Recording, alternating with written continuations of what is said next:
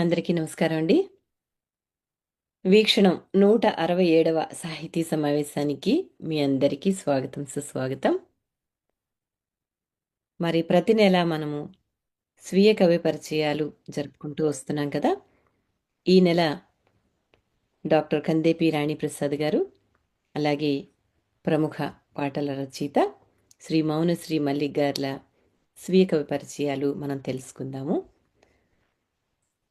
ఆ తర్వాత యథావిధిగా కవి సమ్మేళనాన్ని కూడా నిర్వహించుకుందామండి. వారి గురించిన చిరు పరిచయాన్ని గుండ్లపల్లి రాజేంద్ర ప్రసాద్ గారిని చేయవలసిందిగా కోరుతున్నాను.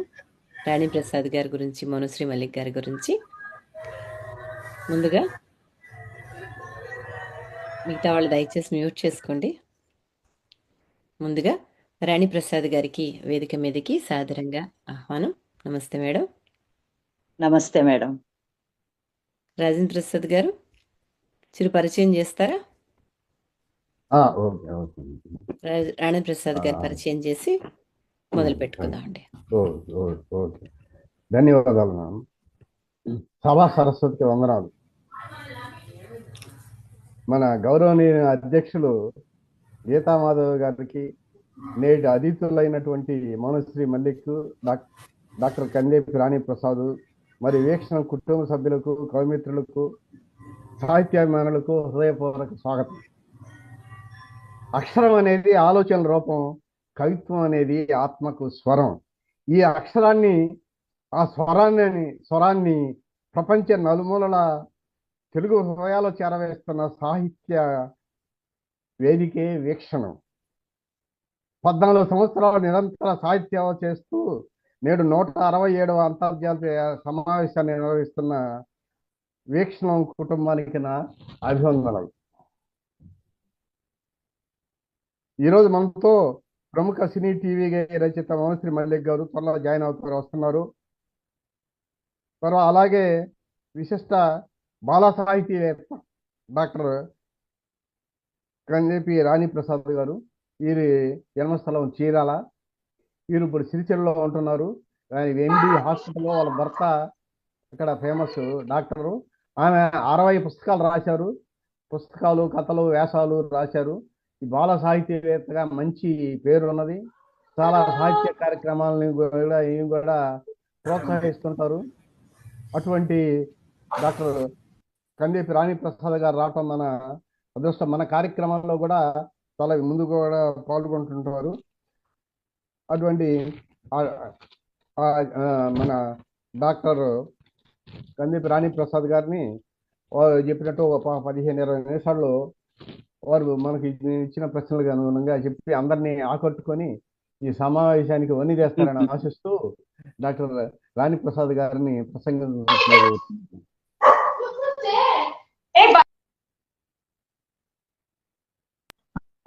అందరికి దయచేసి మిగతా వారు అందరూ మ్యూట్ చేసుకోండి.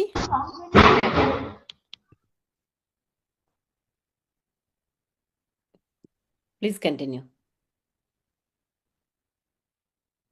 అందరికీ నమస్కారం అండి.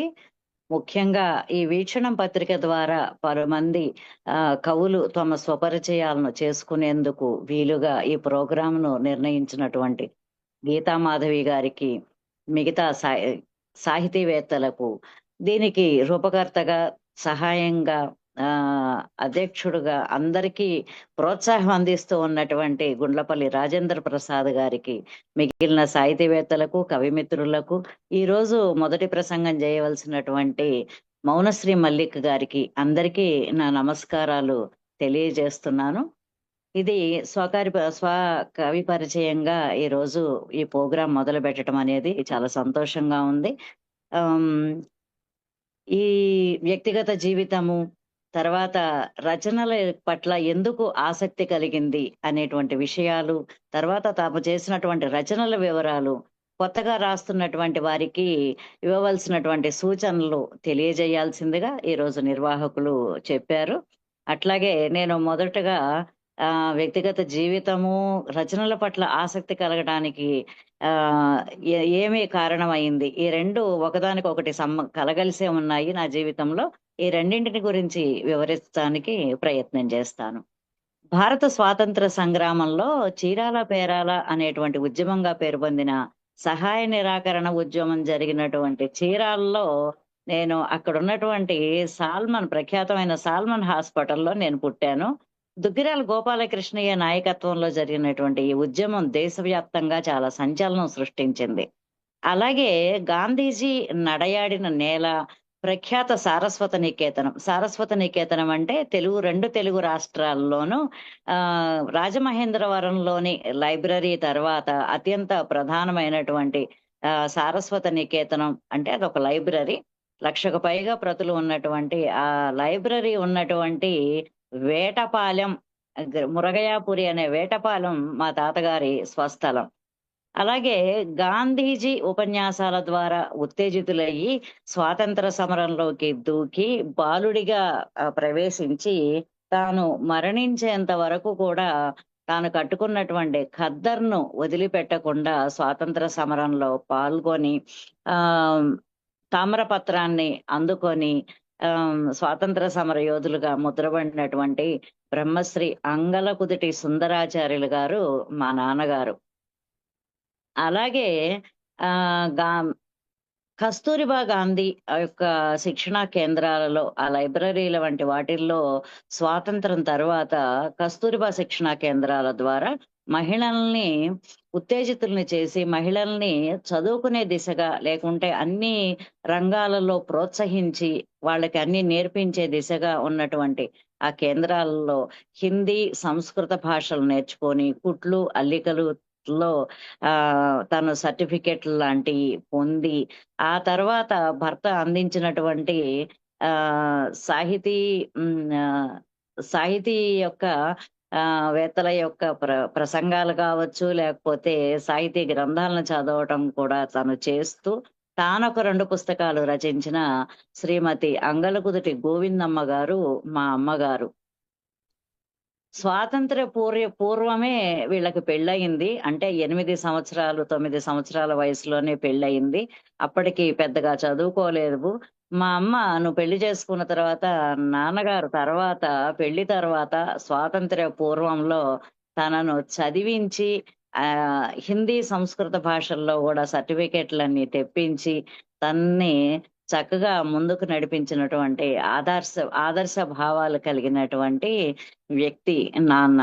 అలాగే సాహిత్యము, కళ అనేటువంటి వాటిని తన 2 కళ్ళుగా చేసుకొని తన వృత్తి రైస్ మిల్లుల వ్యవస్థాపన అయినప్పటికీ కూడా తన ప్రవృత్తి సాహిత్యం పట్ల ఉంచుకొని వాటిని వాటి యొక్క ఇంట్రెస్ట్ తోటి తను ఎంతో మంది కవులకు సహాయం చేశారు. చాలా మంది పేద కవులు తమ పుస్తకాలను వెలువరించుకోలేని పరిస్థితిలో ఉన్నప్పుడు వారికి ఆర్థిక సహాయాన్ని అందించి వందలాది మంది కవులకు ఆర్థిక సహాయాన్ని ఇచ్చి వాళ్ళ యొక్క అక్షరాలను పుస్తక రూపంలోకి వచ్చేలాగా సహాయం చేశారు. అలాగే వేద పాఠశాలలకు వారికి వేద పాఠశాలను నెలకొల్పడానికి అందులోని విద్యార్థులకు స్కాలర్షిప్లు అందజేస్తూ మామూలుగా స్కూళ్లలో చదువుకుంటూ డబ్బులు లేకుండా చదువులు ఆగిపోయినటువంటి విద్యార్థులకు కూడా స్కాలర్షిప్లు అందజేస్తూ ఎంతో మందికి పేద విద్యార్థులకు సహాయకరంగా నిలిచారు. ఈ కార్యక్రమాలు చేస్తూ తాను శ్రీ అంగలకుదుటి సుందరాచారి చారిటీస్ అనేటువంటి ఒక సంస్థను ఏర్పరిచి 1969-70 ప్రాంతాల్లో ఏర్పరిచి తాను చనిపోయేంత వరకు కూడా ఆ సంస్థ ద్వారా అనేక మంది కళాకారులకు, కవులకు ఘన సన్మానాలు చేస్తూ వారు చేసినటువంటి వారు ఉన్నటువంటి అవధానాలు, గణితావధానాలు లేకపోతే శతావధానాలు ఇలాంటి వాటన్నింటినీ కూడా వారికి మా సంస్థ ద్వారా, మా ఇంటి శుభకార్యాల ద్వారా వాటినన్నిటినీ పరిచయం చేస్తూ వారిని ఘనంగా సన్మానిస్తూ తాను ఎంతో సాహితీ సేవ చేశారు మా నాన్నగారు. అలాగే మా ఇంట్లో జరిగినటువంటి కార్యక్రమాలకు కూడా అంటే నా అక్షరాభ్యాసము, మా తమ్ముడి అక్షరాభ్యాసము, ఇలాంటివి వివాహాలకి ఇలాంటి సందర్భాలలో ఆ కవులందరి చేత పంచరత్నాలు కానీ ఇలా వాళ్ళ పద్యాలు రాయించి వాటి మీద అవి పుస్తకాలుగా వెలువరించి వచ్చిన వాళ్ళందరికీ చేస్తూ ఇచ్చి వాళ్ళని ప్రశంసింపజేసేవారు అనమాట. నాన్నకు సాహిత్యం మీద ఎంత అభిమానము అంటే, ఒక నవలా రచయిత్రి ఎద్దరపూడి సులోచనారాయణ గారి రచనలు ప్రాభవంగా అందరికీ దేశమంతా, అదే రాష్ట్రం, మనకి తెలుగు జాతి అంతా కూడా వస్తున్నటువంటి వేళ, ఆ సమయంలో నేను పుట్టినందువల్ల ప్రముఖ రచయిత్రి మీద ఉన్నటువంటి అభిమానంతో నాకు సులోచనారాణి అని ఆవిడ పేరును నాకు నామకరణం చేశారు. అంటే ఎందుకు చెబుతున్నాను అంటే, కుటుంబ నేపథ్యము సాహిత్యంతో ఇంతగా ముడిపడి ఉండి, ఒక రచయిత్రి పేరును తన కూతురికి పెట్టుకునే విధంగా సాహిత్యం పట్ల అభిమానం ఉన్నటువంటి కుటుంబంలో నేను పుట్టడం వల్ల స్వతహాగానే సాహిత్యం పట్ల అభిమానము, ఇష్టము ఏర్పడింది. సాహిత్యము, రచనల పట్ల ఆసక్తి కలగడానికి కారణాలు ఏంటి అని చెప్పేదానికి ఈ విషయాలన్నీ చెప్పవలసి వచ్చింది. ఈ విధంగా పుట్టుకతోనే ఆ పేరు పెట్టారు అని చెప్పగానే ఎక్కడికి వెళ్ళినా మీరు అమ్మ నువ్వేమైనా రచనలు చేస్తున్నావా, నవలలు రాస్తున్నావా అని అడగటం ప్రతి వారికి అదొక ఆట ఆట ఆట పట్టింపు లాగాను. కొంతమంది పెద్ద పెద్ద కవులకు నువ్వేం చేస్తున్నావు, ఏం చదువుతున్నావు అని చెప్పడం గాని అలా సరిపోయింది. నాన్నగారితోటి ప్రతి ఆ కవులకు సంబంధించినటువంటి సాహిత్య సమావేశాలకు వెళ్ళినప్పుడు కూడా అక్కడ నా చేత ఏదైనా చదివించటం గాని, నా చేత ఏదైనా రాయించటం గాని, అలా అలా తను చాలా ప్రోత్సహించేవారు రాయటానికి గాని. ఈ పద్యాలు నేర్చుకో, అవి నేర్చుకో అని అంటూ చెప్పేవారు నాన్న తీసుకొచ్చినటువంటి పుస్తకాలు గాని అవి కూడా అమ్మ కూడా చదువుతూ ఉండేది. సాహిత్యం స్వాతంత్ర సమరంలో ఉత్తేజితులు చేసేటువంటి పాటలు, పద్యాలు వాటన్నింటినీ కూడా తీసుకొచ్చి అమ్మకు కూడా నేర్పించి, తను చాలా ఆ తనతో పాటు తన భార్యను, పిల్లలను కూడా మమ్మల్ని కూడా తీసుకెళ్ళటం అనేది నాన్న చేసేవారు. అలా మా రైస్ మిల్లు ప్రారంభోత్సవానికి సంబంధించి ఒక పెద్ద కవి పండిత సభను చేసినప్పుడు, నాకు అప్పుడు 8-9 ఏళ్ల వయసు ఉంటుంది. ఆ మొట్టమొదటిసారిగా ఆ సభలో నన్ను ఒక కథను అంటే కాళిదాసు మొల్లల మధ్య జరిగినటువంటి సంభాషణను ఒక కథగా రూపొందించి, ఆ కథను నా చేత ఆ కవి పండిత సభలో ఉన్నటువంటి ఆ కథను నన్ను చదివించారు, నా చేత చదివించారు 8-9 ఏళ్ల వయసులో. అందరూ ఉచ్చారణ బాగుంది, చక్కగా వల్లె వేస్తుంది, అమ్మాయికి వేదాలు చెప్పించండి, ఇలా చెయ్యండి అని చెప్పి వచ్చినటువంటి కవులందరూ కూడా నాన్నగారికి సూచనలు ఇచ్చారు.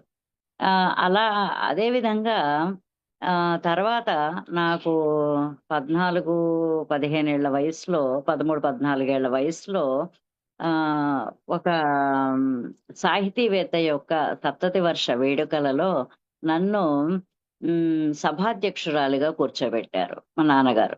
ఆ సభాధ్యక్షులుగా ఉన్నటువంటి ఆ సభకు గుంటూరు జిల్లా జడ్జి గారు ముఖ్య అతిథిగాను, ఇంకొక ముఖ్య అతిథిగా కొండూరి రాఘవాచారి గారు, కళాప్రపూర్ణ, ఆ రోజున్నటువంటి ఆస్థాన కవి, ప్రభుత్వంలో ఉన్న ఆస్థాన కవి, ఆయన కూడా విచ్చేశారు. ఆ సభకు నన్ను అధ్యక్షురాలిగా తొలి శాలువాను అందుకున్నటువంటి సభ నాకు 14 ఏళ్ల వయసులో జరిగింది. ఇకపోతే నా ప్రాథమిక విద్య, నేను చీరాలలో పుట్టానని చెప్పాను కదా, కానీ నా ప్రాథమిక విద్య అంతా చీరాల పక్కనే ఉన్నటువంటి ఇంకొల్లులో నా ప్రాథమిక విద్య, మాధ్యమిక విద్య కూడా 8వ తరగతి వరకు అక్కడే సాగింది.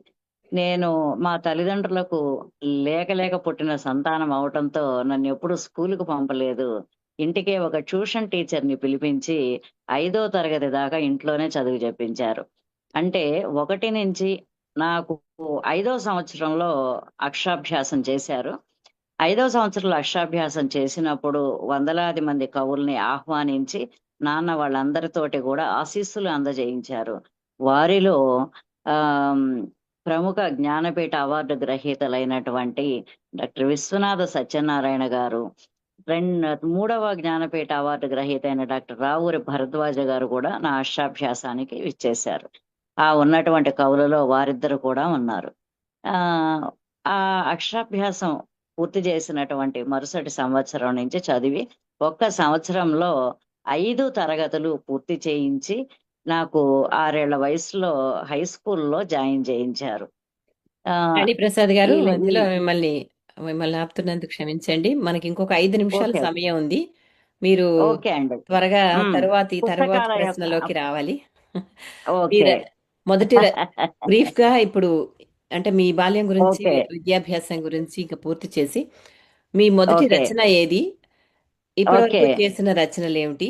అవి ఓకే రెండిటి విషయాలు ఒక 4 నిమిషాలు చెప్పి, ఒక్క తప్పకుండా నిమిషంలో కొత్త వారికి ఏమైనా సూచనలు చెప్పండి దయచేసి. Thank you.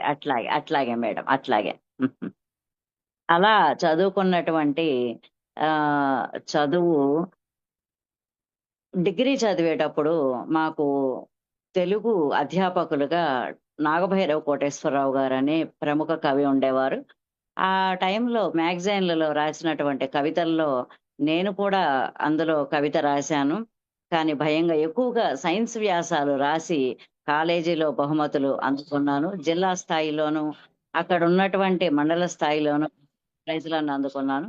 ఆ తర్వాత నేను ప్రముఖమైనటువంటి పుస్తకాలు పత్రికలకి పంపడం మాత్రము 1990 తర్వాతనే నేను పత్రికలకు పంపడం అలవాటైంది. కవితలు గాని కవితల కన్నా ముందుగా నాకు పత్రికలో నేను చేస్తున్నటువంటి ఆ బొమ్మల తయారీ, హాస్పిటల్ వేస్ట్ బొమ్మల తయారీ గురించి వ్యాసాలు వచ్చాయి, అందులో పరిచయాలు వచ్చాయి.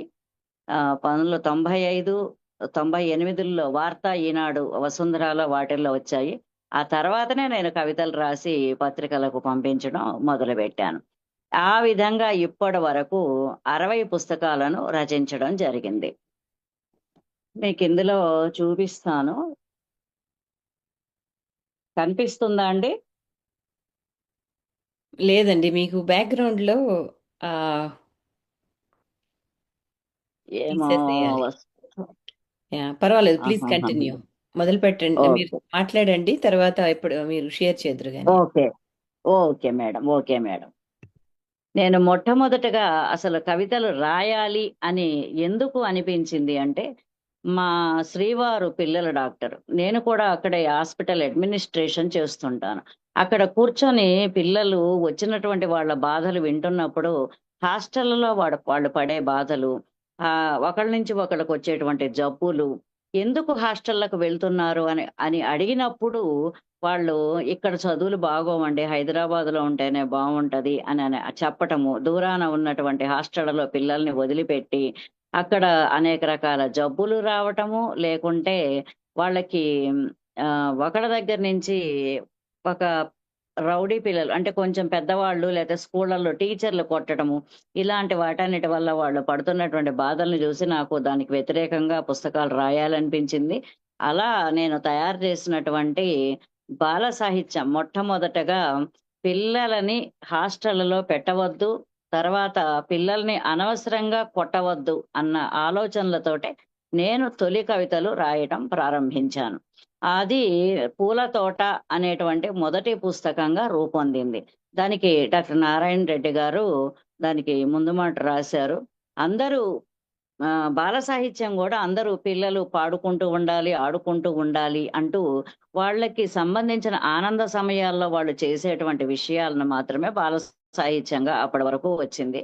ఇది తొలిసారిగా బాలల యొక్క హక్కుల్ని కావచ్చు, బాలల యొక్క బాధల్ని వారి వైపు నుంచి ప్రశ్నించేటువంటి ఇది, ఈ కవిత్వం ముందు ముందు ఉపయోగపడుతుంది అని నారాయణ రెడ్డి గారు చాలా చక్కగా దానికి ముందు మాట రాసి ఇచ్చారు. ఇదే విధానంలో మేము స్కూళ్ళకి వెళ్ళి కూడా ఎక్కువగా చెప్పడం జరిగింది. వాళ్ళకి ఎట్లా చదివించాలి పిల్లల్ని అంటే కొట్టకుండా వాళ్ళని అర్థం చేసుకునే విధంగా, అనవసరమైనటువంటి విషయాల్లో వాళ్ళకి రాకుండా ఉండాలనేటువంటి విషయం ఒకటి ఎక్కువగా స్కూళ్ళల్లో మేము ప్రచారం చేశాము. తర్వాత హాస్టళ్లలో పిల్లల నుంచి వాళ్ళకి అక్కడ వదిలిపెట్టేసి ఉదయం నుంచి రాత్రి దాకా ఎక్కడ ఖాళీ సమయం లేకుండా చదివిస్తూ ఉండటం అనే దాని గురించి కొంచెం దాన్ని నిరసిస్తూ నేను అనేక పుస్తకాలు రాయటం జరిగింది. ఉదయం నుంచి రాత్రి దాకా ఎక్కడ డ్రిల్ పీరియడ్, ఆటలు గాని, మానసిక ఉల్లాసానికి సంబంధం లేకుండా 24 గంటలు చదువు అనేటువంటి విద్యా విధానానికి వ్యతిరేకంగా నేను మొదటి 5, 6 పుస్తకాలు కూడా దాదాపుగా రాశాను. అదే ప్రక్రియ మారి ఉండొచ్చు. కవితలు, వచన కవితలు గావచ్చు, లేకపోతే గేయాలు గావచ్చు, కథలు గావచ్చు, వీటన్నింటిలో గూడా ఆ యొక్క విషయాలను నేను తెలియజేస్తూ పుస్తకాలు రాశాను. ఆ తర్వాత బాల సాహిత్యంలో కొత్త ప్రయోగాలు. బాల సాహిత్యంలో పిల్లలకు యాత్రా చరిత్రలు అనేటువంటివి పిల్లలకి సంబంధించి ఎవరు రాయలేదు. నేను దాన్ని వైజ్ఞానిక యాత్రలుగా వాళ్ళకు బోధిస్తూ నేను చూసినటువంటి వాటిల్లో ఎక్కువగా వాళ్ళకి సంబంధించినటువంటి పిల్లలకి యాత్రా చరిత్రలు అనేటువంటి పుస్తకాలు రాశాను.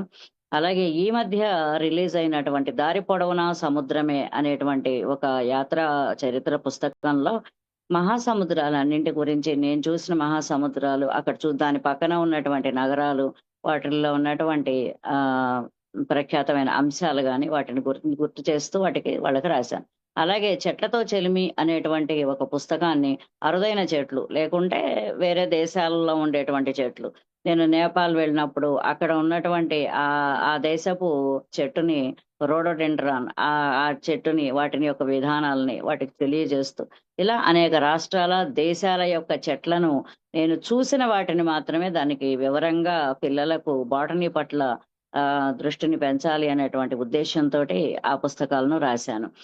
ఇలా ఒక్కొక్క అంశంగా సైన్స్ ని ప్రమోట్ చేస్తూ ఎక్కువగా ఆరోగ్య విషయాలు లేదా సైన్స్ విషయాలు, ఆరోగ్యానికి సంబంధించినటువంటి, మేము మెడికల్ విభాగంలో ఉన్నాం కాబట్టి ఈ విభాగానికి సంబంధించినటువంటి విషయాలను తెలియజేస్తూ పేషెంట్లకు లేదా నూతనంగా తల్లిదండ్రులు అయ్యేటువంటి యువతకు సంబంధించి ఎలాంటి జాగ్రత్తలు తీసుకోవాలో వాటిని కూడా నేను తెలియజేస్తూ పుస్తకాలు రచించాను. డాక్టర్ చెప్పిన కథలు, ఇంకా అలాంటివన్నింటినీ కూడా.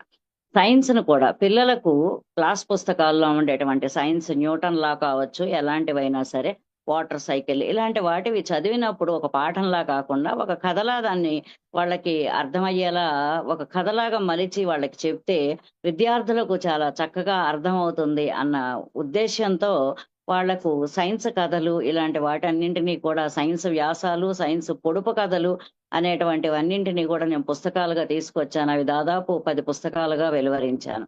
అలాగే కళకు సంబంధించినటువంటివి, ఈ రోజున అమ్మాయిలు లంగావోణీలు మర్చిపోయారు, డ్రెస్సులు, మన తెలుగుదనం మర్చిపోయారు, తెలుగువారి సొంతమైనటువంటి కొన్ని కుట్లు, అల్లికలు, అలాంటి వాటివన్నిటిని మర్చిపోయారు. వాటన్నింటినీ కూడా భారతదేశంలో ఉన్న అన్ని రాష్ట్రాల కళలను, నాకు తెలిసిన వాటన్నింటినీ పరిచయం చేసి, నాకు ప్రవేశం ఉన్నటువంటి వాటన్నింటినీ పరిచయం చేస్తూ వాటి భారతీయ కళలకు సంబంధించిన వాటన్నింటినీ కూడా పుస్తకాలుగా వెలువరించాను. అలాగే కొన్ని ఇంట్లో ఉండే వస్తువులతోటి ఎలా టీచింగ్ ఎయిడ్స్ తయారు చేయాలి, పిల్లలకు సంబంధించినవి స్కూళ్లలో మోడల్స్ గా ఎలా చూపించవచ్చు అనేటువంటి వాటితోటి కళలకు సంబంధించినటువంటి పుస్తకాలు కూడా వాటిని తయారు చేయడం జరిగింది. ఆ పుస్తకాలన్నింటినీ కూడా అనేక పత్రికల్లో వ్యాసాలుగా వెలువరించిన తర్వాత ఈ పుస్తకాలుగా వెలువరించడం జరిగింది. అలాగే హిందీ, ఇంగ్లీష్ భాషల నుంచి అనువాదాలు, ఒక 10 పుస్తకాలు అనువాదాలు ఎన్బిటి వాళ్ళవి నేను చేసి ఉన్నాను. వాళ్ళందరి కూడా ఆ పుస్తకాలు కూడా ఒక 10 పుస్తకాల పైననే ఉన్నాయి. అట్లాగే ఆరోగ్యానికి సంబంధించి అని చెప్పాను కదా, వాటికి పొడుపు కథలు కూడా, అంటే మెదడు కావచ్చు, ఊపిరితిత్తులు కావచ్చు, మానవ శరీరంలో ఉండే అవయవాల పట్ల వాటిని యొక్క అందరూ మూఢనమ్మకాలకి బలైతూ వాటిని గురించి సరిగ్గా తెలుసుకోకుండా, ఇది తింటే వేడి, అది తింటే చలవ, ఇది తింటే జలుబు వస్తుంది అని ఆలోచిస్తూ వాటికి దూరంగా ఉండటము, లేకపోతే వాటి పట్ల ఒక అవగాహన లేకుండా ఉండటం అనేటువంటి దాని గురించి, అవి చేసేటువంటి పనులను వాటిని నేను ఒక చిన్న పొడుపు కథలుగా, లివర్ చేసే ఫంక్షనింగ్ మొత్తాన్ని ఒక 4 లైన్లలో కుదించి వాళ్లకు చెప్పి, విద్యార్థులకు సైన్స్ పట్ల అవగాహనను, లేదా మామూలు వ్యక్తులకైనా సైన్స్ పట్ల అవగాహనను పెంచాలనేటువంటి ఉద్దేశ్యంతో నేను ఇవన్నీ కూడా రాశానన్నమాట, ఈ పుస్తకాలని. ఇవన్నీ కూడా కథలు, గేయాలు, జీవిత చరిత్ర, కస్తూరిబా గాంధీ యొక్క జీవిత చరిత్రను నేను నవలగా రాశాను. అలాగే కొన్ని నాటికలు, పొడుపు కథలు, ఇలా అన్ని ప్రక్రియల్లోనూ ఒక్కొక్క ప్రక్రియలో కూడా, వ్యాసం అనే ప్రక్రియలో కూడా ఒక 10 రకాల వ్యాసాలు, సాహిత్య వ్యాసాలు, విద్యా సంబంధమైనటువంటి వ్యాసాలు, ఇలా ఒక్కదాన్ని విడదీసుకుంటూ అనేక రకాలైనటువంటి పుస్తకాలుగా ఈ 60 పుస్తకాలు రూపొందించాను. వీటిలో ఏ ఒక్కటి కూడా ఒకే ప్రక్రియలో రెండో పుస్తకం రాకుండా చాలా వరకు వాటిని నేను రాయటం జరిగింది. చాలా అలాగే ధన్యవాదాలండి కొత్త రాణి ప్రసాద్ వాళ్లకు గారు. చాలా ధన్యవాదాలు. చివరిగా ఓకే మీరు మేడం. ఇప్పుడు రాస్తున్న వారి కోసం ఒక Yes. ఒక నిమిషంలో అంటే ఒక Yes. 3-4 మాటల్లో చెప్పండి. వాళ్ళకి ఓకే. సూచన ఏమైనా చెప్పండి. కొత్తగా రాస్తున్న వాళ్ళకి చెప్పాలి అనంటే కొద్దిగా నిజాయితీగా ఉండాలి అని నా ఉద్దేశం. మనము తప్పుడు బాటల్లో ప్రయాణిస్తూ అంటే మనము సభా సమావేశాలకు వెళ్ళినప్పుడు అక్కడ మన పేరు పిలవకుండానే ఒకళ్ళనొకళ్ళు నెట్టుకుంటూ ముందుకు వెళ్ళి అక్కడ నేను చాలా సమావేశాల్లో చూశాను. అందుకే నేను చాలా వాటికి వెళ్ళడం లేదు కూడా. అలాంటివి వెళుతూ తప్పులు రాస్తూ పక్క వాళ్ళందరినీ నీతి నిజాయితీగా ఉండాలి, సమాజం ఇలా ఉండాలి, అలా ఉండాలని చెప్పే బదులు మనం కొద్దిగా పాటించి దాని పట్ల నిబద్ధతతో ప్రవర్తించి మనం ఆ విషయాన్ని చెబితే కొంత బాగుంటుంది అని నా ఉద్దేశం. ఇంకొక విషయం ఏందంటే ఆహ్, ఏదైనా ప్రాంతం కావచ్చు, మన ఇల్లు కావచ్చు, మన మాతృభాష మీద కాదు. ఏదైనా మన మమకారం మనకుండొచ్చు. అలాగని పక్క వాళ్ళని ఆహ్, దూషించి పక్కన రాష్ట్రాలనో, పక్కన దేశాలనో లేకపోతే దూషించి వాళ్ళందరి తప్పు అనేటువంటి భావన. మన ఇల్లు మనకు గొప్ప కావచ్చు గానీ, పక్కింటిని తగలబెట్టేసేంత దుర్మానము, కక్షలు, ప్రాంతీయ ద్వేషాలు ఉండకూడదు. అది కవులలో ముఖ్యంగా అందరిలో ఉండకూడదు అనేటువంటిది నా యొక్క హ్మ్, ఆలోచన. అది మనము కొంత నిజాయితీగా ఉండి, మనము కొన్ని పాటించి ఎదుటి వాళ్ళకి చెప్పే ప్రయత్నం చేస్తే బావుంటుంది. అలా లేనప్పుడు అది చెప్పేది కూడా అది శుష్కమైనటువంటి ఆలోచనలు, శుష్కమైనటువంటి ఆచరణ అనిపిస్తుందని నా భావం. చాలా ధన్యవాదాలండి. చక్కగా నమస్తే మేడం. షార్ట్ అండ్ స్వీట్‌గా మీరు మీ బాల్యము, విద్యాభ్యాసము, అలాగే మీ తల్లిదండ్రుల ప్రోత్సాహము, రచనలకు సంబంధించినటువంటి ఆహ్, హ్మ్, వెనకాల ఉన్నటువంటి ఆ కథ అవన్నీ కూడా చక్కగా చెప్పుకుంటూ వచ్చారు. అవును. అలాగే మీ జీవితంలోనే మీకు ఎదురవుతున్నటువంటి మీ జీవితంలో అనుభవాల నుంచే మీరు రచనలన్నీ చేశారు. అవును. అలాగే నెచ్చలికి నెల నెల రాస్తూ ఉంటారు మీరు. నాకు చాలా అవును సంవత్సరాల మేడం. నుంచి అవును. రాణి ప్రసాద్ గారు అలాగే పరిచయం. చక్కని అవగాహనని అంటే ముఖ్యంగా బాలికలకి, వనితలకి చక్కని అవగాహన కలిగించేటువంటి అనేక రచనలు చేస్తూ ఉంటారు ఆవిడ. మీ గురించి ఇవాళ తెలుసుకోవడం చాలా సంతోషంగా ఉందండి. హ్మ్. మన ఇందులో అంటే సభలో ఉన్నటువంటి వారి ప్రతిస్పందనలు చివర్లో తెలుసుకుందాము. సమయాభావం అవుతుండడం తప్పకుండా వలన మేడం. మనం తప్పకుండా తరువాతి మేడం. కవి గారిని అంటే శ్రీ హ్మ్. మౌనశ్రీ మల్లిక్ గారిని మౌన పరిచయం స్ఫూర్తి. చేయడానికి గుండ్లపల్లి రాజేంద్ర ప్రసాద్ గారిని వేదిక మీదకి ఆహ్వానిస్తున్నాను. అలాగే కొద్దిగా లేటుగా వచ్చిన లేటెస్ట్‌గా వచ్చిన శ్రీ మౌనశ్రీ మల్లిక్ గారికి సాదరంగా ఆహ్వానం పలుకుతున్నాను. ధన్యవాదాలు madam. Thank you. Thank you very much అండి. అలాగే మౌనశ్రీ మల్లిక్ గారికి కూడా స్వాగతం పలుకుతున్నాం. Thank you. ఆ, థ్యాంక్ యూ మేడం. ధన్యవాదాలు.